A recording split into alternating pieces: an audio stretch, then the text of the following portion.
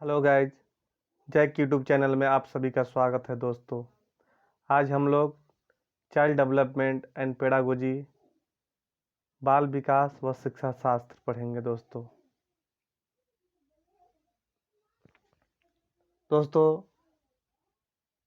यह पेपर जनवरी 2021 में हुआ था। उसी को मैं आज बताऊंगा कि कौन सा आंसर सही है, उस पर चर्चा भी करूंगा दोस्तों। क्वेश्चन नंबर फर्स्ट क्या कह रहा है आप देखेंगे।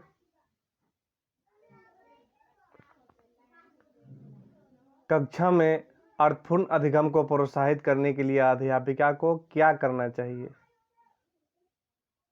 विद्यार्थी की सहायता करनी चाहिए कि वे अपने मनोभाव और अभिप्रेरणाओं को सुव्यवस्थित कर पाए। विद्यार्थियों को उनके प्रदर्शन के आधार पर वर्गीकृत और नामांकित करके उनके योग्यता आधारित समूह बनाना चाहिए। विद्यार्थियों में संवाद और परिचर्चा को प्रोत्साहित करना चाहिए, जिससे वे बहुपरपक्ष करने में सशक्त हो। कक्षा में विविधता की उपेक्षा करके शिक्षण की मानक विधि को अपनाना चाहिए। दोस्तों, सबसे पहले इसमें यह देखेंगे कि कौन कौन सा सही है। सबसे पहले गलत छांट लेंगे तो ऑलरेडी सही निकल जाएगा। गलत क्या है इसमें? प्रदर्शन के आधार पर वर्गीकृत करना,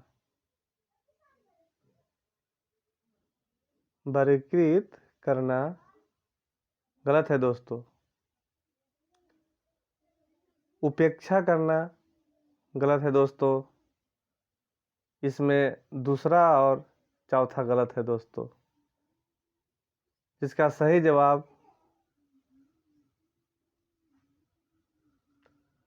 सही जवाब होगा तीसरा दोस्तों।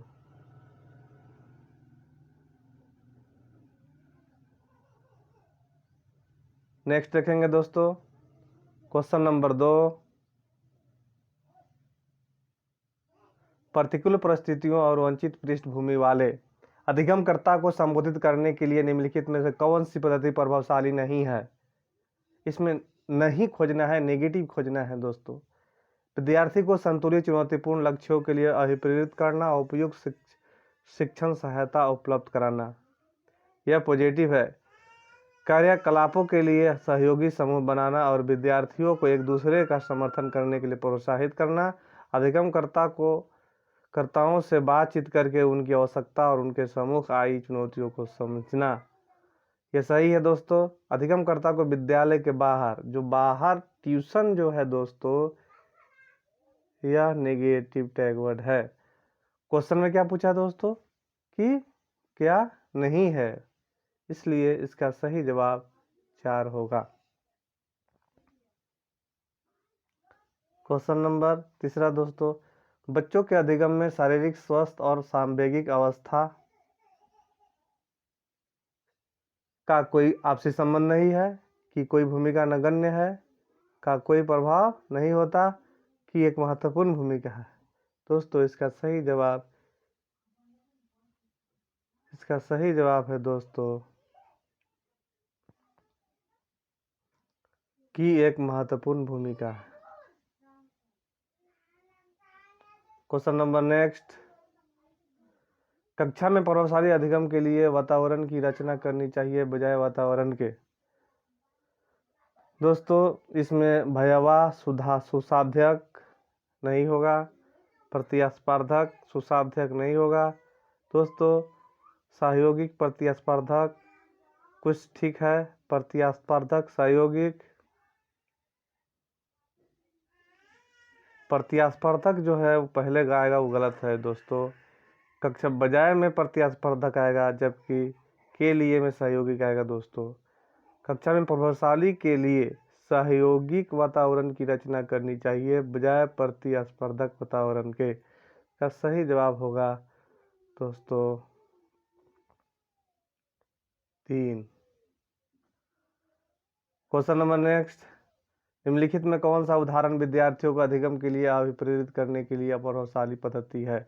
वे कार्य देना जो जो कि बहुत सरल हो, प्रतियोगिताओं के लिए बहुत से अवसर उत्पन्न कराना, पाठ उपलब्ध कराना, विशेष कर जब विद्यार्थी कोई नया कौशल सीख रहे हो, सीखने से ज़्यादा कार्य पूर्ण करने पर बल देना।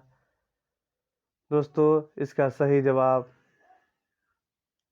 तीसरा है दोस्तों, पाठ उपलब्ध कराना। क्वेश्चन नंबर नेक्स्ट, बच्चों के चिंतन के विषय में निम्नलिखित में कौन सा कथन सही नहीं है? इसमें दोस्तों यहाँ भी नेगेटिव खोजना है। बच्चे अपने आसपास की विविध घटनाओं के बारे में सक्रियता पूर्वक सोचते हैं और उनमें अन्वेषण छानबीन की लालसा होती है। बच्चे अपने आसपास की वस्तुओं को जानने के लिए जन्मजात जिज्ञासु होते हैं, यह भी ठीक है। बच्चे अपने आसपास की विविध घटनाओं के बारे में स्वयं अपने सिद्धांतों की रचना करते हैं, यह भी ठीक है दोस्तों। बच्चे प्रत्ययों को स्वयं नहीं सोचते दोस्तों, स्वयं नहीं सोचना, बच्चा तो हर कोई सोचता है स्वयं में, ऐसा तो नहीं है कि बच्चा नहीं सोचेगा, इसलिए इसका सही गलत यही है दोस्तों, ये सही आंसर इसका हुआ। क्वेश्चन नंबर नेक्स्ट, अधिगम एक और प्रक्रिया है, सरल व्यक्तिगत, जटिल निष्क्रिय, जटिल सक्रिय, सरल रेखीय। दोस्तों अधिगम एक जटिल सक्रिय प्रक्रिया है, इसका सही जवाब तीसरा है दोस्तों। क्वेश्चन नंबर नेक्स्ट, अपनी कक्षा में अर्थपूर्ण अधिगम को सुसाध्य बनाने के लिए अध्यापिका को अपनी कक्षा में सामाजिक, सांस्कृतिक, धार्मिक, भाषी विविधता को चाहिए समझना। सही आंसर फर्स्ट होगा। क्वेश्चन नंबर नेक्स्ट, एक कक्षा में अध्यापिका अपनी शिक्षा शास्त्र व आकलन विधियों की विद्यार्थी की व्यक्तिगत जरूरतों के अनुसार परिवर्तित करती है। प्रगतिशील। दोस्तों इसका सही जवाब चौथा है दोस्तों। क्वेश्चन नंबर नेक्स्ट, बच्चों का विद्यालय में असफल होना, आंसर पढ़ेंगे दोस्तों, साबित करता है कि इन बच्चों में आनुवंशिक पैदाइशी कमियां हैं और उन्हें विद्यालय से निकाल देना चाहिए। सूचित करता है कि अभिभावकों में अपने बच्चों के अधिगम में सहायता करने का समर्थ नहीं है। प्रस्तावित करता है कि वंचित पृष्ठभूमि वाले बच्चों में अधिगम का समर्थ नहीं है। विग्रह से दोस्तों निर्दिष्ट करता है कि विद्यालय इन बच्चों की आवश्यकता और रुचियों की पूर्ति करने में समर्थ नहीं है। दोस्तों कोई भी विद्यालय में असफल बच्चा जब होता है तो विद्यालय की कमी, सिस्टम की कमी होता है दोस्तों, इसका सही आंसर आपका 4 होगा। क्वेश्चन नंबर नेक्स्ट, समूह में एक दूसरे को पढ़ाने और सहायता करने से बच्चों को ध्यान भंग हो सकता है और यह एक प्रभावशाली शैक्षिक पद्धति नहीं है। बच्चों में प्रतिस्पर्धक प्रवृत्ति उत्पन्न होती है जो कि अधिगम में विभिन्न रुकावट पैदा करती है। बच्चे स्वयं की चिंतन प्रक्रिया पर अपेक्षा कर सकते हैं और संज्ञानात्मक क्रियाकलाप के उच्च स्तर पर पहुंच जाते हैं। बच्चों में भ्रांति उत्पन्न हो सकती है जो उनको अधिगम में हस्तक्षेप करते हैं। दोस्तों इसका सही जवाब चुनेंगे दोस्तों। Question number 11,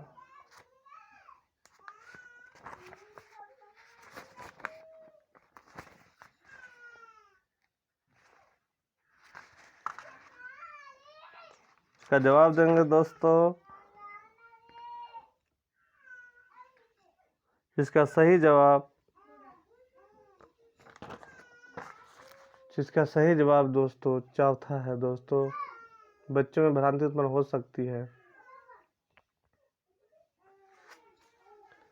question number next, बच्चों के समाजीकरण में विद्यालय कौन कारक है? प्राथमिक कारक है, द्वितीय कारक है कि कोई कारक नहीं है कि बहुत सी भूमिका है? बच्चों की समाजीकरण में विद्यालय द्वितीय कारक है दोस्तों।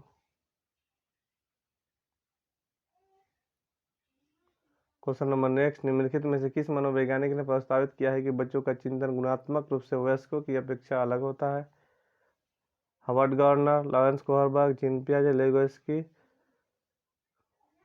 दोस्तों इसमें हर्बर्ट गार्डनर बुद्धि का सिद्धांत दिया दोस्तों, लॉरेंस कोहरबर्ग नैतिक तर्कना का दिया दो, लेविन्स्की सामाजिक सिद्धांत दिए हैं दोस्तों, जीन पियाजे गुणात्मक दोस्तों जिसका सही आंसर जीन पियाजे हैं। दोस्तों विकास के विषय में निम्नलिखित में कौन सा कथन सही है? विकास रुचि सुव्यवस्थित समूह की अवस्था में पुनर्निश्चित आनुवंशिक घटकों के कारण होता है। विकास एक सरल और एक देशीय प्रक्रिया है। बच्चों के विकास में बहुत सी सांस्कृतिक विविधताएं होती है। बच्चे संसार में सभी बच्चे का विकास एक ही क्रम में। दोस्तों का सही जवाब दोस्तों तीसरा है। दोस्तों बच्चों के विकास में बहुत सी सांस्कृतिक विविधताएं होती है। दोस्तों इसका सही जवाब तीसरा है। दोस्तों क्वेश्चन नंबर नेक्स्ट, निम्नलिखित में से मध्य बाल्यावस्था की अवधि का मुख्य प्रमाण चिन्ह कौन सा है? पेशीय कौशल और समग्र शारीरिक वृद्धि का तेजी से विकास, ये दोस्तों शैशवावस्था में होता है। वैज्ञानिक तर्क और अमूर्त से सोचने की क्षमता, प्रतीकात्मक खेल का उभरना, तर्क संगत विचार का विकास जो कि प्राकृतिक रूप से मूर्त हो। दोस्तों मध्य बाल्यावस्था में तर्क संगत विचारों का विकास जो कि प्राकृतिक रूप से मूर्त होता है। दोस्तों जिसका सही जवाब चौथा है। क्वेश्चन नंबर 16, जीन पियाजे के अनुसार बच्चे अमूर्त संक्रियात्मक अवस्था में संरक्षण वर्गीकरण से निबद्ध करने में सक्षम नहीं, प्रतीकात्मक और सांकेतिक खेलों में भाग लेना प्रारंभ करते हैं, परिकल्पित निगमनात्मक तर्क और प्रतिज्ञापिक चिंतन करने में समर्थ है, केंद्रीय अनुत्क्रमणीय सोच से अवगत है। जिसका सही जवाब दोस्तों तीसरा है। लॉरेंस कोहलबर्ग की नैतिक विकास के अनुसार व्यक्ति किस अवस्था में जब वह विश्वास करता है कि वर्तमान सामाजिक प्रणाली को सक्रियतापूर्वक बनाए रखने से धनात्मक मानवीय संबंध और सामाजिक वर्ग सुरक्षित रहता है? सामाजिक कर्म व्यवस्था। दोस्तों जिसका सही जवाब है क्वेश्चन नंबर 4, बाल्यावस्था की अवधि में विकास क्या होता है? केवल जिसमें दिख जाए वो गलत है दोस्तों। अनियमित और असंबद्ध भी गलत है दोस्तों। धीमी गति से होता है एवं उसे मापा नहीं जाता। तो दोस्तों बहुस्तरीय और मिश्रित होता है दोस्तों। जिसका सही जवाब चौथा है। क्वेश्चन नंबर नेक्स्ट, निकृष्ट विकास का क्षेत्र क्या है? वह प्रक्रिया जिसमें शुरू से भिन्न समझ वाले दो व्यक्ति समान समझ पर पहुंचते हैं। वह प्रक्रिया जिसमें बच्चे समाज के वयस्क सदस्यों द्वारा निर्धारित विधि से कार्य करते हैं। बच्चों को वर्तमान स्तर स्वतंत्र प्रदर्शन और वयस्क व अधिक कौशल वाले समकक्षियों की सहायता से बच्चे द्वारा उपार्जित किए जाने वाले प्रदर्शन के माध्यम का क्षेत्र है। विभिन्न प्रकार के कार्य जो कि अपनी आयु के अनुसार बच्चे को करने परंतु वह नहीं कर सकता। जिसका सही जवाब दोस्तों तीसरा है। क्वेश्चन नंबर नेक्स्ट, एक प्रगतिशील कक्षा में शिक्षण अधिगम प्रक्रिया के दौरान अधिगमकर्ताओं का मूल्यांकन अभिभावक को प्रतिपुष्टि देने के प्रयोजन से बेहद सफल, कम सफल व असफल विद्यार्थी को पहचानने में सहायता होता है। बेहद महत्वपूर्ण है क्योंकि यह बच्चों की समझ की जानकारी देता है और वह अध्यापिका को अपने शिक्षा शास्त्र पर विचारने में सहायता होता है। बच्चों का अधिगम में सहायक नहीं है, बच्चों की अधिगम प्रक्रिया में रुकावट उत्पन्न करता है। इसका सही आंसर है दोस्तों दूसरा। हर्टगॉर्डन के बहुबुद्धि सिद्धांत के अनुसार निम्नलिखित में से कौन सा जोड़ा बुद्धि के प्रकार और अंत स्थिति अनुपालन संभावना के अनुसार सही है?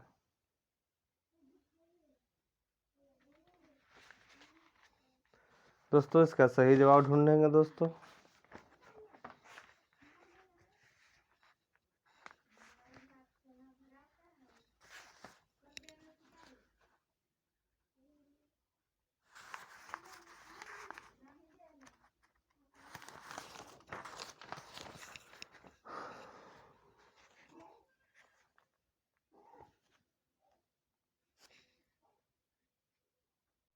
दोस्तों क्वेश्चन नंबर 21, हर्टगॉर्डन के बहुबुद्धि सिद्धांत के अनुसार निम्नलिखित में कौन सा जोड़ा बुद्धि के प्रकार और अंत स्थिति अनुपालन संभावना के अनुसार सही है? दोस्तों बुद्धि का प्रकार, अंत स्थिति, अनुपालन संभावना। दोस्तों इस क्वेश्चन का सही आंसर शारीरिक गति संवेदना खिलाड़ी है दोस्तों। इसका सही आंसर दूसरा है दोस्तों। क्वेश्चन नंबर नेक्स्ट, लेगोस्की के अनुसार बच्चों को संज्ञानात्मक विकास चरणों में होता है। स्कीमा के परिपक्व उनसे बच्चों में संज्ञानात्मक विकास का होता है। बच्चों के संज्ञानात्मक विकास में भाषा की एक महत्वपूर्ण भूमिका है। बच्चे भाषा अधिग्रहण यंत्र द्वारा भाषा सीखते हैं। जिसका सही जवाब है दोस्तों, बच्चों के संज्ञानात्मक विकास में भाषा एक महत्वपूर्ण भूमिका है। क्वेश्चन नंबर नेक्स्ट, बाल केंद्रित कक्षा वह है जिसमें बच्चे के व्यवहार को निर्देशित करने के लिए अध्यापक पुरस्कार और दंड देना है। ये एक नेगेटिव टाइप है दोस्तों। अध्यापक लचीला और प्रत्येक बच्चे की व्यक्तिगत आवश्यकता को पूरा करता है। ये भी गलत है दोस्तों। अध्यापक केवल जो शब्द है दोस्तों ये भी गलत है। अध्यापक बच्चों की उनकी क्षमता के आधार पर भी है दोस्तों गलत। इसका सही आंसर अध्यापक लचीला और प्रत्येक बच्चे की व्यक्तिगत आवश्यकता को पूरा करता है दोस्तों। इसका सही जवाब 2 है दोस्तों।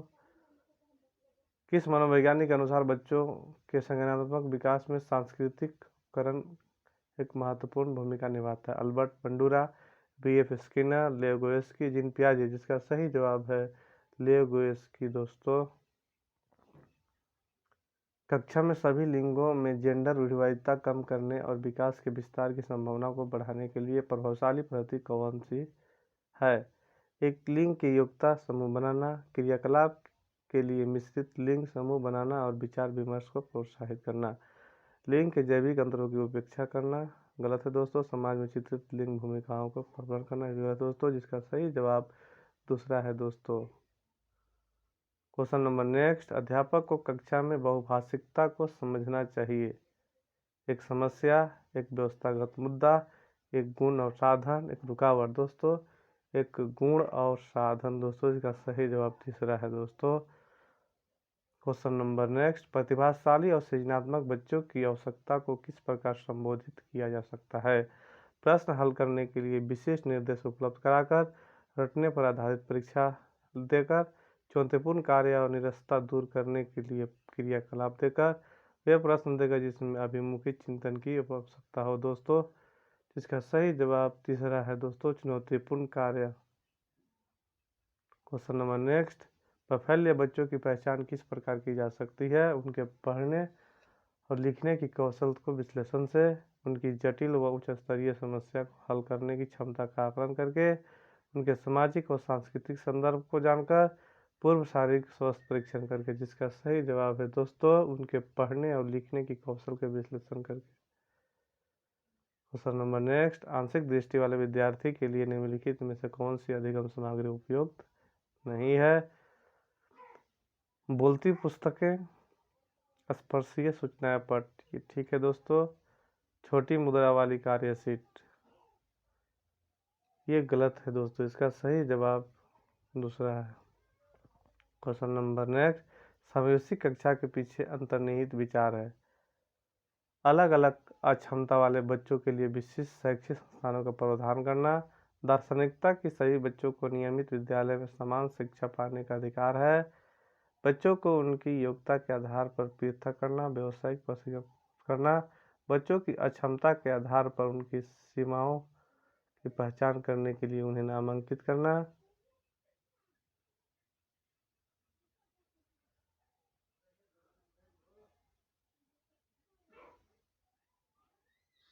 इसका सही जवाब है दोस्तों